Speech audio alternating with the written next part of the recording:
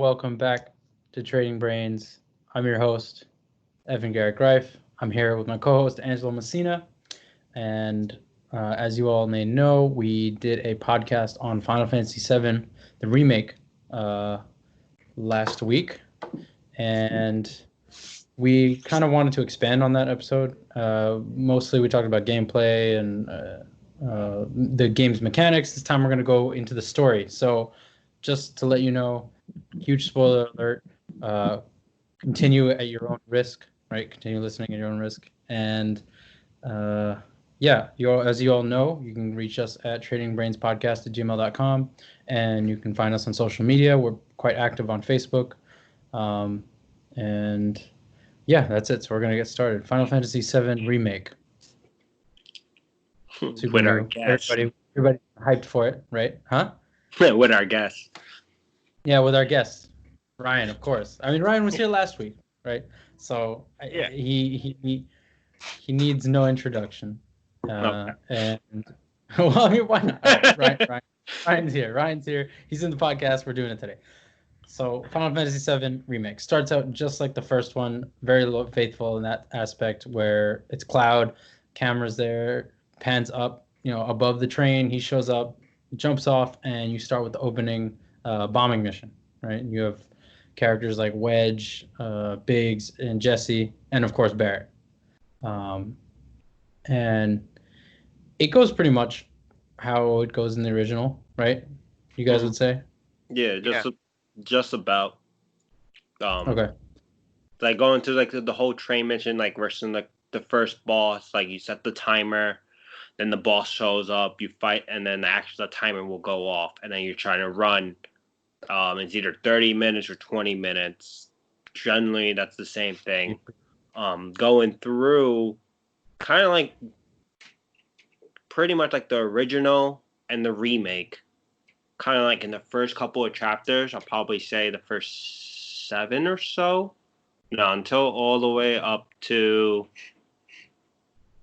Ares, I think after the underground. Like pretty much 7, I think. It's that no, after it keeps on going until I think it's like until like chapter 16 about it gets a little dicey. Beat 1, the side quest, there's 16 is the one where he's the iconic scene where he's got the sword on his back and he's looking up the tower. Yeah.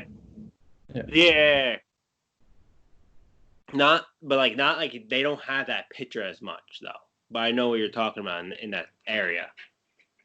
They don't have that scene. It's a scene in the original. They have like the iconic Cloud holding the Buster Sword and kind of like overlooks Midgard and then one in the react. Like I can't even think of that scene happening in 7. So but I know the image for sure. Like besides like having like in chapter 9, like trying to find the dresses and all those are like that type of side quests are exactly alike. That's very like nostalgic, going in, doing the squats, trying to get the wig. But like instead of being like getting the wig for Cloud and getting certain stuff, it would just be dresses. So like they did like kind of like minor changes there. And so like the original, you have different parts. Yeah. In this situation, they have you pick you. I say pick, but it really you have to like go through a different level of subquests to get the different dresses for everyone. So there's 3 dresses for everyone. Mm-hmm. Everyone meaning Cloud, Tifa, Aerith. Yeah. Okay. So, like, pretty much it goes the same until like, actually, I'm gonna retract my what I said 16. I said 18. Actually, 18 is. I think that was just completely goes from nostalgia to. Okay, let me put Sephiroth in. You're fighting him now. Yeah. Right, he just shows up. Yeah, it's really funny because like the review I was watching is like they really, Square Enix is really trying to push the fact and let you know as a gamer that they have the rights to Sephiroth and they just put him in as much as they can, right? Yeah. It's like this is Final Fantasy. The original, like it was built up to Sephiroth. Like you didn't know who was that top boss. Yeah, and I think I mean, I guess I understand that they would put Sephiroth in so early. I'm gonna go out on a limb and say Square Enix kind of knows that the people who are playing this remake also played the original, or they know about the story of the For the most original, at least. Yeah. Right. But even then, Sephiroth is in like so many other games. Like he's in Kingdom Hearts. I think Kingdom Hearts. In Yeah, I think he's in Dissidia too, right? he's in Dissidia. Absolutely. Yeah. But like they kind of But- like dumbed him down on like Train. To my person, like probably in like playing hard mode, he's strong. Don't get me wrong. In hard mode, definitely he's gonna be strong. But it's still like how to beat him is dumbed down than the original. Original, you have to be. Sorry. In the original, you have to be. You have to be like level 99. Everything has to be 99999, and like, and that's like you have a chance of beating him. Not here is like legitimate. It's like, okay, you parry, you do some magic, and then you could just constantly just parry his attack. Put some barrier on you to protect from his magic, and then you're pretty much set. Yeah, I think the way, I mean, the game itself is just different, right? It's no longer turn-based command JRPG that you grind, for experience and items and stuff, and then you progress in the story. But now it's more like Final Fantasy 13, where there's like a linear thing that you just go action RPG and you attack things until your ABT gauge is ready, or ATB. What is it? Like ATB, yeah. You had like you still have to strategize, but it's more on the spot than while like the turn based. Like you could actually wait and be like, okay, if I do my normal attack, and you only pick your normal or magic. So I felt like that was more like you have to think a little bit more and trying to think like you only had one move, while the remake, it was more like on the fly. Like, yeah, I can keep on attacking. Okay, I have an ATB. Okay, I'm going to use magic now, and then I'll wait until I use my magic or my ability. But meanwhile, I am pressing square, holding square as long as I can until, or I have to block you. Right. Yeah. I heard that blocking isn't as effective, and also if you use an ATB move, it doesn't happen immediately. You have to wait a bit, and if you get knocked back while you're about to activate it, you use your ATB, which is really annoying in group battles, right? Yep. Yeah. Counter with Cloud, it's so if you go on like an operating mode, so you press triangle and you hold R1, any like melee, like you take some damage. So let's just say you take like 50, but then you strike, like you attack with 500. So like it is worth it in the sense, but like it only works on its someone's attacking you like melee with their sword or fist or something. But like if someone's shooting guns, it doesn't matter. Right. Like they have to physically use it. And that comes into huge play with Sephiroth because he's kind of spamming melee moves for a good chunk of the battle, and you can parry him for every single one of those moves, and then that will eventually stagger him. Or Reno too, yeah. You can't use so much of Rude because he can grab you actually. So like that whole parry does not work. So like you want to be as far away as possible or using your abilities as much as you can. And I know like Ryan, like I know we talked about this before. Like Ares like has a really good ability, like the Ray of Judgment or Judgment of Rays. Oh yeah, Ray of Judgment. Right? Judgment Ray. And that was like you use 2 ATB, and like you could go far away and just basically it shoots like a laser beam, and it takes a good chunk of the health if it gets it on the person, and especially if they're staggered as well. That's Aerith, right? She like floats in the air and goes like pew pew. Pretty much, yeah. Yeah. Okay. Not so much the floating part, but yeah, but her when you like kind of like dodge, it looks like she's floating.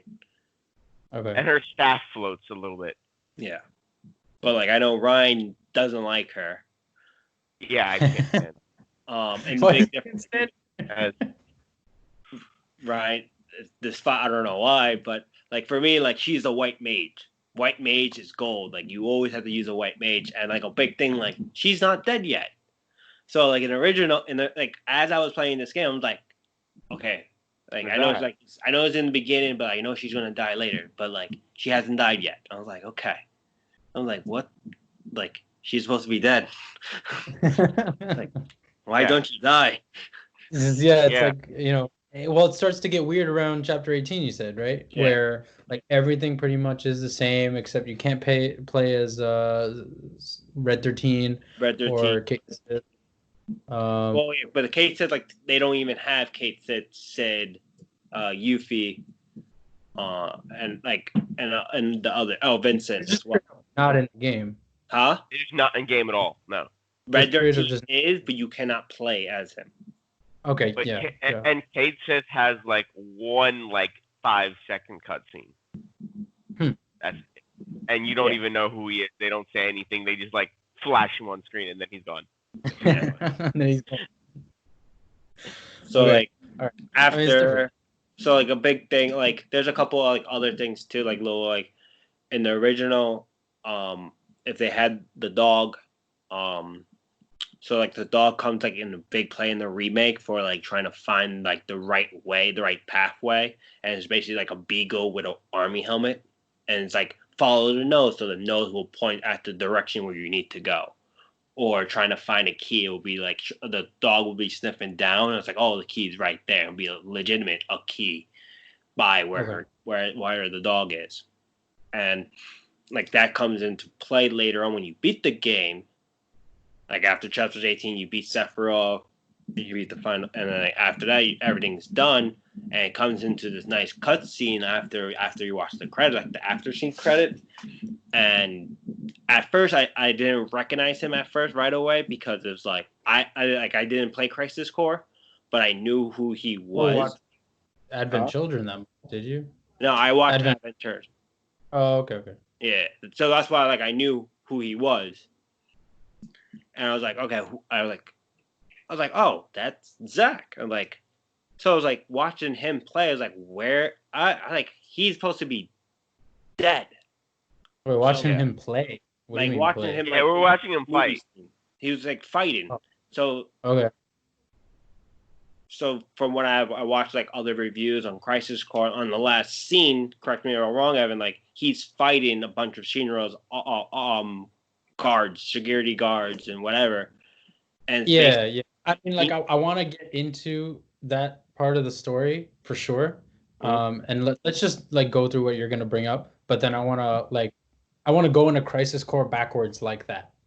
That would be okay. Yeah. So from him, he when I was watching him, it's okay, why is it so what he's still alive, and why is this going to be so important?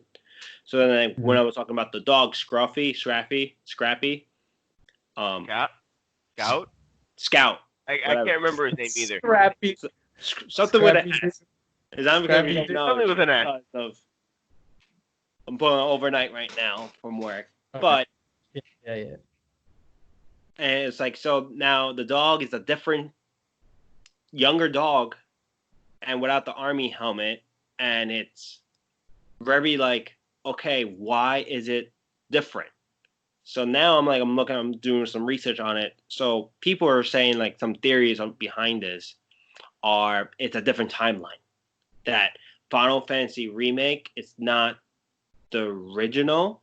It's not a remaster. It's okay, we kind of took the story, we took everything else, but now let's change what we want to change to it, make it more modern, or our own twist to it. And but it's more than just a reimagining. It's a timeline twist, is what some people are saying. So kind of Zack will be, I don't know, a playable character in the DLCs. He will be relevant. It would be weird just to add him after seeing and never showed him again. You know what I mean? Yeah. I don't know. If you didn't play Crisis Core, I think the whole reimagining of the characters in the remake isn't really a huge deal. But like as somebody who did play through Crisis Core and watched Advent Children and who knows quite a bit about the original story of the first game, it's kind of jarring. But then again, I'm coming around to the idea that like, okay, Square Enix is trying to have a new vision about the how the storyline is going to progress. And honestly, like from doing that, like of course I'm conflicted about it, I would say, and I'm sure you guys, Angelo, at least you are too. But there's so much more that they could do from here on out, right? Because I think I heard that the second installment is already in development, and if they're gonna split up a story-based game into like multiple parts, these games have to come out like every year or so, because keep hype alive and to keep people interested. At least for the next 3 years, there should be 4 DLCs in the sense of like like 4 DLCs. There's 4 discs, kind of keeping like that. Well, what's funny is they're not even DLCs. They're actually full games. So that means, and that kind of brings us to the other thing of the price is now going to probably be somewhere around like $360 for all of the games or something like that. It's like quadruple the amount. Yeah, at least $200 for all of them. Yeah. Okay. So the question I really want to ask, is it like their own twist to it, or they're going to try to like add flair to the original? Like that? Adding flair because they add depth to characters that like you didn't really know about or care about, and like it just didn't happen in the original. And they're probably going to do the same. I mean, I heard that they introduced a new character in Remake. I haven't played, so all I know is like hearsay. And like I think it's one of the like a new antagonist or something like that. Who's the new character? Angelo? Johnny. Oh, okay.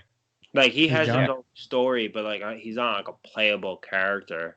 Yeah. No, I'm not talking about playable. I'm talking about like just characters in the story. Yeah. So it would be Johnny. Like they give like Jessie more than 3 sentences, and then she dies. Like the remake, she doesn't even die.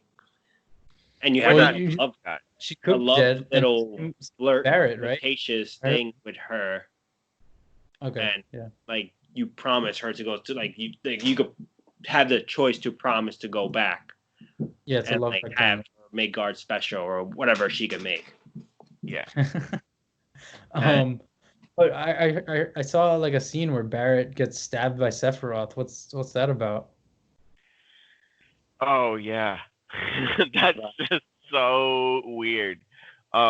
So Barrett gets stabbed by Sephiroth, and then what do we call the ghost things? I'm sorry. The arbiters of fate or whatever they are. Yeah, the arbiters. They're called feelers. They feel you. What? No, they're like there goes in stigmas, enigmas. No, stigmas. Enigmas. Yeah. Time goes. Either way, you guys know what I'm talking about. They kind of just like are like, nope, he's not dead, and he's back to life immediately.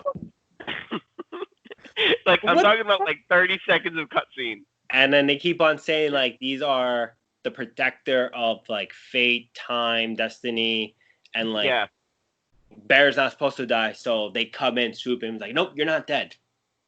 Yeah. But they can't kill off of Aris, but that's fine. Yeah. Right. No, because when it's convenient, you get to save Barrett, but then when you want to change the whole story, you got to let Cloud change reality, right? Oh my God, this is a chimp. Well, that's kind of the whole thing is that they and in chapter 18, you kind of go to their realm, and you actually fight and kill them off. Like you actually fight the arbiters of fate. And dude, this sounds like a Rick and Morty episode or The Flash. Like multiverse. You go to another dimension. Yeah. Another thing that like we're talking about, like people are dying in the show. There's a theory that that this game is leading up to Tifa being killed off. Wow. Okay. So wait, before, like, obviously they changed so much it's integral to the story, right? Sephiroth stabbing Aerith through the chest. That doesn't happen anymore. The fucking meteor hitting the Earth, that doesn't happen, or it hasn't happened yet because So like the it's a future flash. is yet. They show it. They do show it in like kind of like they go into there's like Arbor of Fate. Like, as you kill them once, like flash of memories will come to their thumb. And one the scene was the meteor smacking into. Is that why Tifa or Aerith was like, "Is this our future?" Or something like that. Yeah. Like, yeah. And so as they're in that new dimension, no, they're showing different memories, different like stuff that happens in multiple timelines. Okay, Angelo, I noticed you wanted to go into why you think Tifa might get murdered after that. I don't. At some point, I just to, like go back to the Zach thing. Huh? You heard it. I heard it as a theory, and they were like, because it's basically like the conversation that Cloud and Tifa have been having. Like that's it. Like, they were trying to string along that like, okay, since Aerith is not dead. And they try to play that like Barrett died for a quick second and got reborn. Right, So, now are they trying to wait for Tifa? And Tifa's actually going to be killed off. And they're using like certain like kind of cliffhangers at the conversation that Cloud and Tifa had. And I'm like, that's like, it's kind of hard to put it on that like no tangible proof. It is hard. And I think you have to kind of you're killing as are related to the Square's development team and their production team and their director, their like creative vision, right? All we can say is, well, if Tifa gets killed off, we can say either a lot of people are going to get pissed off and not fucking buy the games, and then they're going to do poorly, right? And then Square Enix is going to be like, oh shit, we fucked up, or people are not going to really care all that much. Well, it's now in the original, she was like, you could make her strong, but like there was other playable characters you could use. Here, she is one of the strongest character in the game. You were saying that, yeah. From like last week, like me personally, I think she's she is stronger than Cloud, and she is actually more fun to play with than Cloud in the game. That's a problem. Yeah, I don't think it's a problem. I just like. No, I mean like more fun than the main character. Like I don't know. Yeah, but like her like I mean. I think the second weapon, like the metal knuckles, you power all that up. Like you upgrade it so much, it's like 110, 1 something. It's like highly strong. That like and she hits quick, right? Huh? She hits really fast. Yeah, and she's quick as well. Yes. So like that's what makes her so fun is her speed. It's because you're not waiting on a bunch of things to happen. She's kind of just like constantly she's generating quick, combo. Like you get multiple hits. You keep on pressing squares, like you're getting like at least anywhere from 5 to 10 hits before you get hit. And especially that one move, Star Shower, that's one of my favorite because as like each hit, it gets more powerful, and then she just slams, like, she basically just throws one big haymaker, and then just goes from like, a nice, like, chunk of health just went gone from the end. And you just keep on, I just keep on top of that, her ATB regenerates so fast, you can end up, like, in a cycle of regenerating ATB while you're using it, and, like, never ending. Yeah, that's it's crazy. Super powerful. Okay. I'll keep that in mind when I finally eventually hit, right? Maybe 10 years later down the road when it's like free on PlayStation. I'll get the collection for PlayStation 7, PlayStation 8, you know.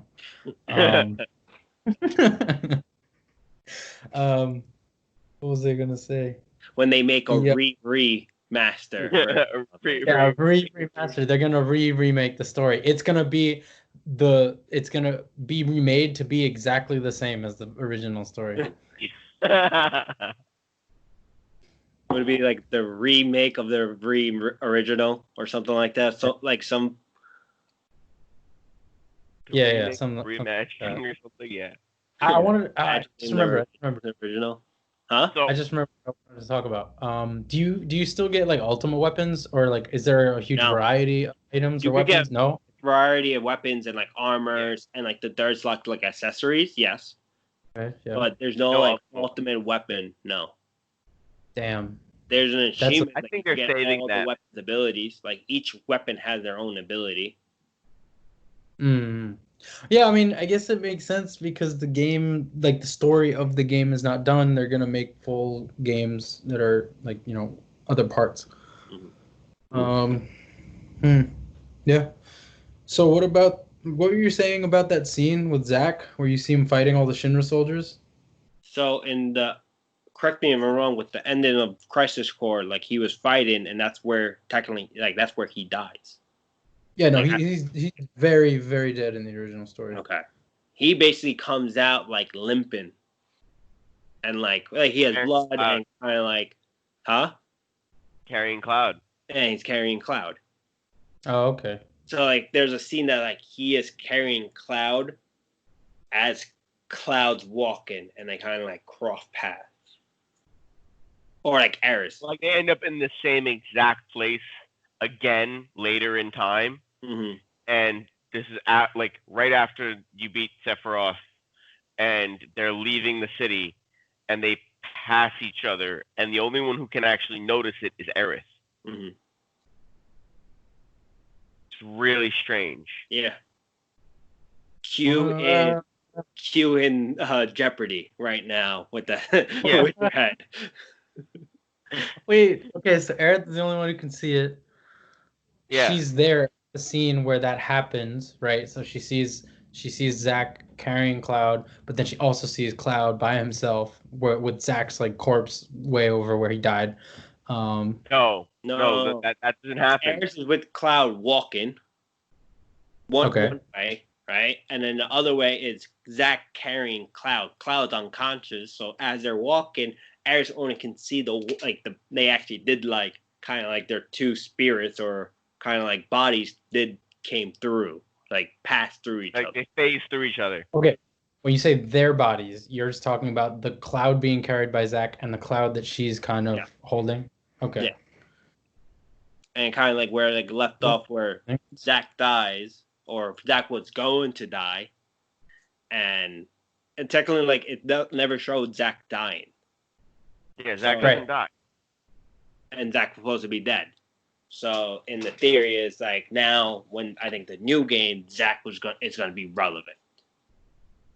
That's my little theory that I think, and also the new timeline because the dog as well is different. Right. But I think a lot of that comes into that don't even know final anything. scene in chapter 18 about the Arbiters of Fate fight, where you kind of like are saying, okay, well, screw everything that happened before. We literally killed off the people that were guiding everything. Mm-hmm. That's No. actually what happened. So Yeah. So what's funny is I was watching this review video, right? This guy saying like, "Oh my God, this story is amazing! Like they reimagined it, and it's like, it respects the old story, but also goes on its own path." And I'm like, all right, whatever. But then he goes on to say that the arbiters of fate are actually us, meaning the players, the people who don't want the story to change are the arbiters of fate because there's many, many, many, many, many of them, right? And they're all just like really upset about changing the reality, right? But then again, I don't think people will go around trying to murk Barrett. So, or sorry, like it's strange that they are successful in reversing reality so that Barrett's alive, but then when you go to fight them, like you defeat them and they disappear. The future's unwritten, right? I do like that go theory, like that, like how the Arbiter of Fate is the players, or like is the viewers, the players, or playing the game. I thought it was like interesting. I was just like original, like I'll give it like the remake, like it's 85% like nostalgia, like playing, and then like there's a couple of like little things like adding new characters that no one cares about. And then also like the little like the more side quests that they have, and also with the little scientist, like getting like the materials from him as well, like that's completely different. And also chapter 18, and with Arbor of Fate, like besides that, like the gameplay, the mechanics, they're all. I do enjoy the game. I enjoyed the game very much playing it, and like going back into memory lane. But like I think they could have done better, and like my version of better was just kept the original, make it one game, and have it the 4 disc in there, and that's it. Yeah, I think have DLCs after, like kind of like what Final Fantasy 15 did, and just add new stuff to it. Yeah, I think maybe they did the remake, right? Not keeping the original story specifically because doing it like that wouldn't have succeeded, because Final Fantasy 15 came out and then people wanted, like, it didn't do as well as Square Enix had hoped, so they actually canceled DLCs that were slated to be released for it. And I mean, I finished 15, and like I would play the DLCs if they came out. I would be interested in. But on another note, with like regard to 15, I guess, the combat of 7, the remake, I'm told is similar to 13, where it's quite linear and it's like, action based and you're moving around. Yeah. No, 13. I haven't played 13. I haven't played 13. I played 15, and I do Would think you say it's closer to 15 then? Huh? Would you say it's closer to 15? Yeah. Okay. Right. So maybe the combat's like 15, but the way, the structure, like where everything's in a line. Yeah. And not much. Definitely. Yeah. Like 15, it was way more like it's no straight line. Like you were able to move around like very freely. Yeah.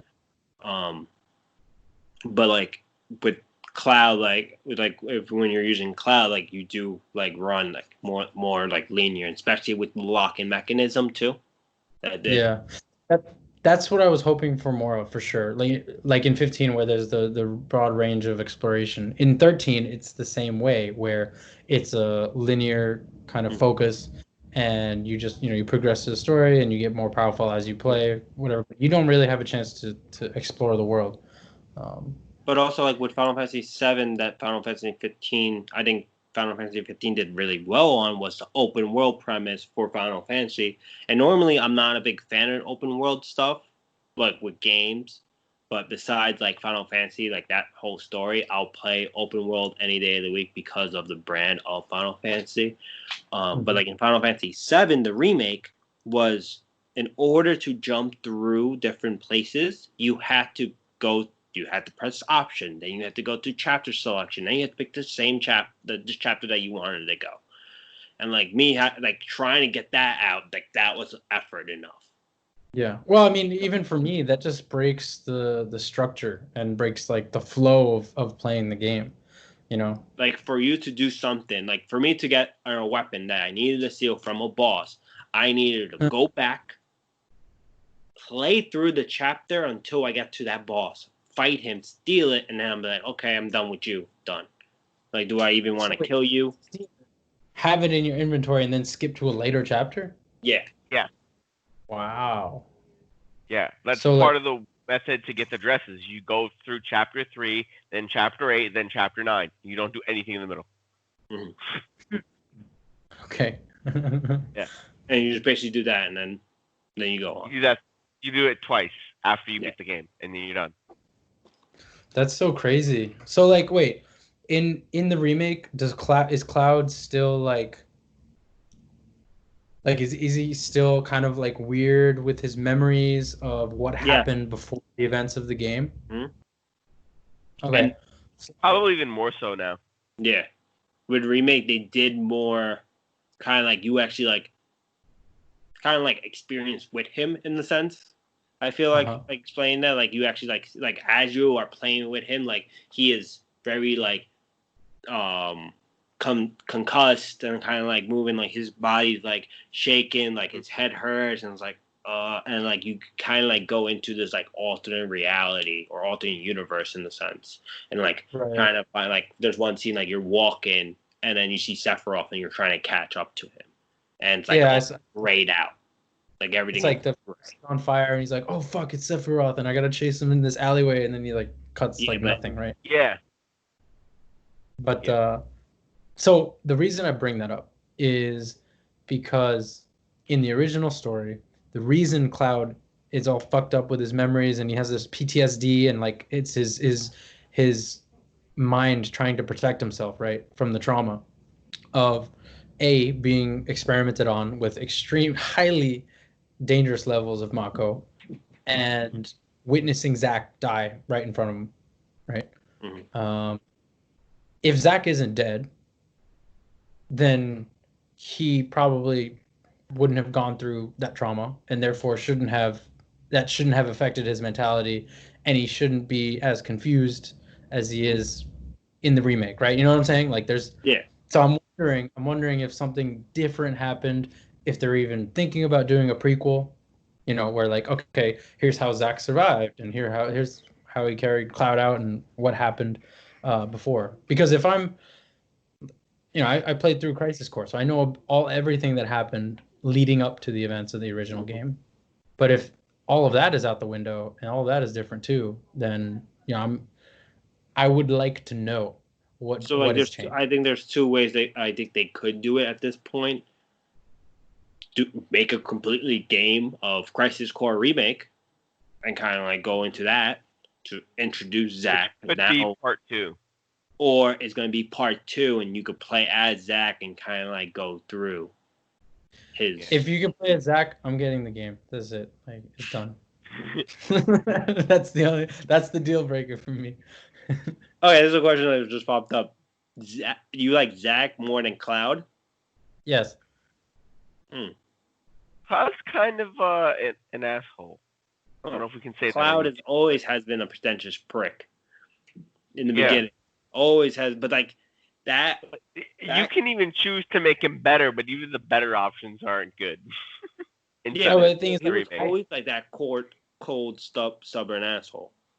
Yeah. Right. I feel a very personal, like deep connection to Zack because of the storyline of Crisis Core. Right. Like when I played the original, I was like, Zack Fair, who the fuck is that guy? Like, main character is Cloud, obviously. And then I watched Adventure, and I'm like, I really don't like Cloud, but, Tifa's hot. And, like, there's, like, other really cool characters. So, I'll just deal with Cloud. But then, and they kind of, like, bring Zack in at the end, where he's like, see you later, buddy. I'm going to go off with Aerith, and we're going to be ghosts in the live stream.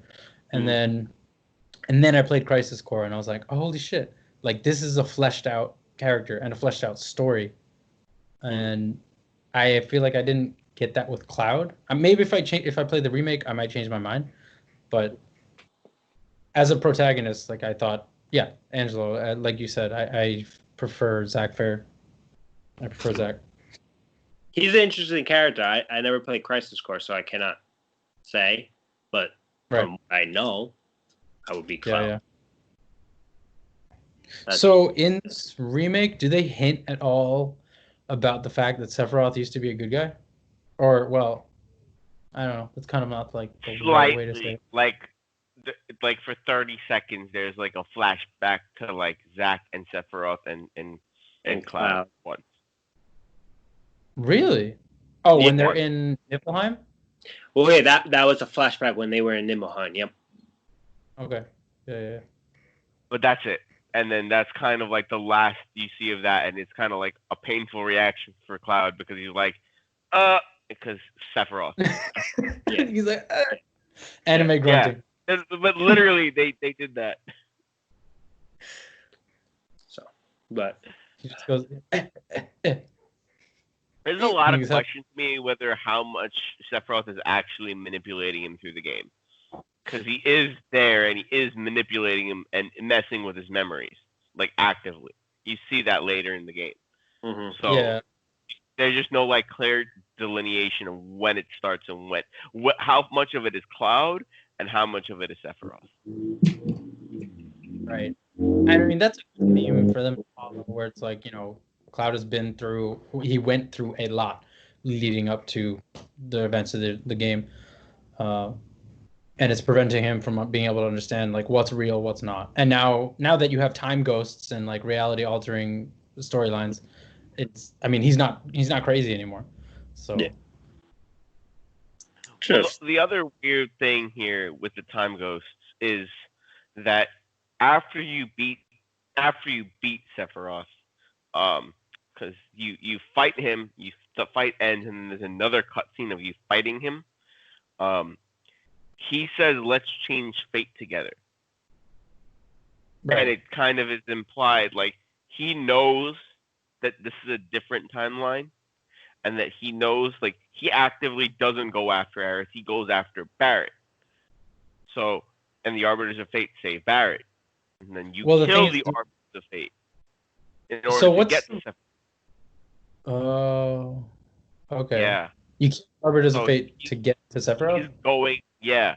So he's going through all of these things to try to change fate. And I think that's kind of like and he wants you to change fate with him together to do whatever he's trying to do. And obviously he's toying with Cloud. He's toying with Cloud. Yeah, he's manipulating Cloud. Because think about it this way, right? What's the reason Aerith can see the time ghosts? Because she passed away from the original, so right. Okay. Is it that, or is it because she's an ancient? Exactly. Why do you think she can see Zack and Cloud, or Zack carrying Cloud, when at last scene, right? Because she can see this shit. And I think it's because she's an ancient. I mean, it's not confirmed, I'm sure. This is just, again, a theory of mine. It's confirmed. Okay. She's half ancient. If you think about Sephiroth, the ancients were originally protectors of Earth, and they were trying to fight off Jenova.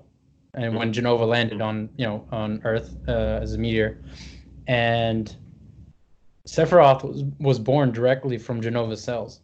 Mm-hmm. So that means that Sephiroth himself also has either is an ancient or is on par with the ancient's powers, right? Which means he also probably sees something in the future, which means he saw in the original reality that he was defeated by Cloud and Co. And now he's trying to get Cloud and Co. to reverse reality so that he can maybe come out on top and control the world like he originally planned. This is my theory. And that's kind of where I'm at too with it. But it's just going to be interesting to see what actually ends up happening because we've already thrown away Aerith dying.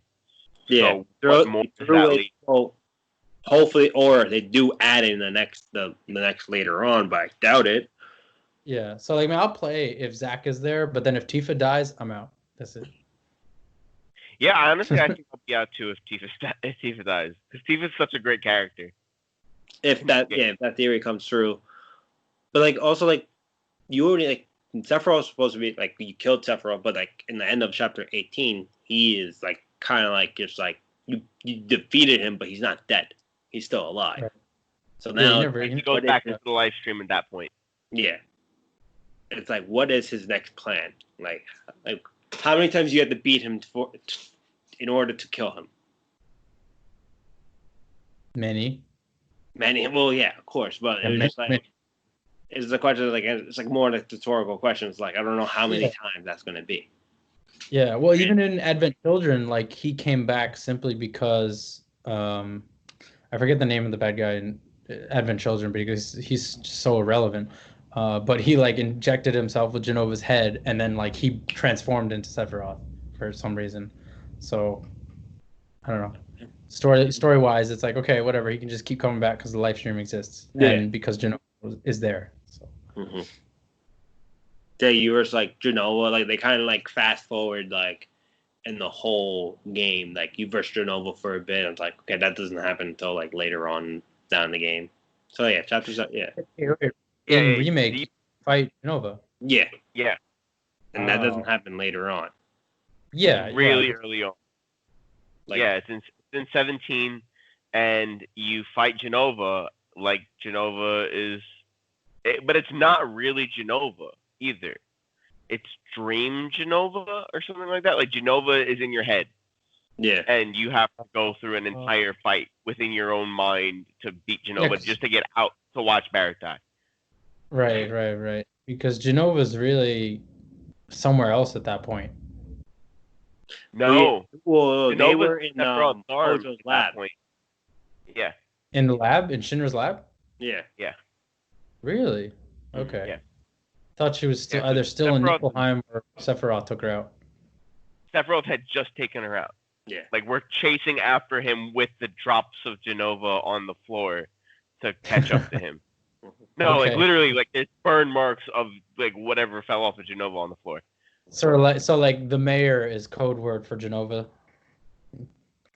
You're searching for the mayor? When you start going around, mayor is actual, Genova, but it's actually, the mayor is actual, like, has, like, you could talk real to character. The mayor. Yeah. There's a real mayor. Yeah. And that was also pointless, too, when you're walking around the cafeteria. It's like, the mayor. Yeah, Go away. The lady who's like, you want mayonnaise? What? Yeah. Or like the guy who's sleeping, you say the mayor and the guy just snores at you. Like, who made this? Who made these scenes? But they did get the most annoying part of Final Fantasy VII in Syndra's building, when you had to walk up those 60 flight of stairs. And you can't run it either. Like, you at some point you start walking. Halfway through, you start really walking. have to after that, you like get slower after that. Yeah. You actually have to play like the realistic part. Like, people will be tired after that many like steps. Like, really, like, I don't want to be wasting my time walking these stairs. Well, they have the whole conversation of like how much they hate walking up the stairs. Barrett was saying this sucks. Yeah, it's in the originals. Don't get me wrong, but still, it's just like yeah. If they didn't want to be like, have the option of the elevator, it does work. You just have to fight on your way up. Oh, okay. They stop you, and you have to fight a couple times, and then go up more. Mm-hmm.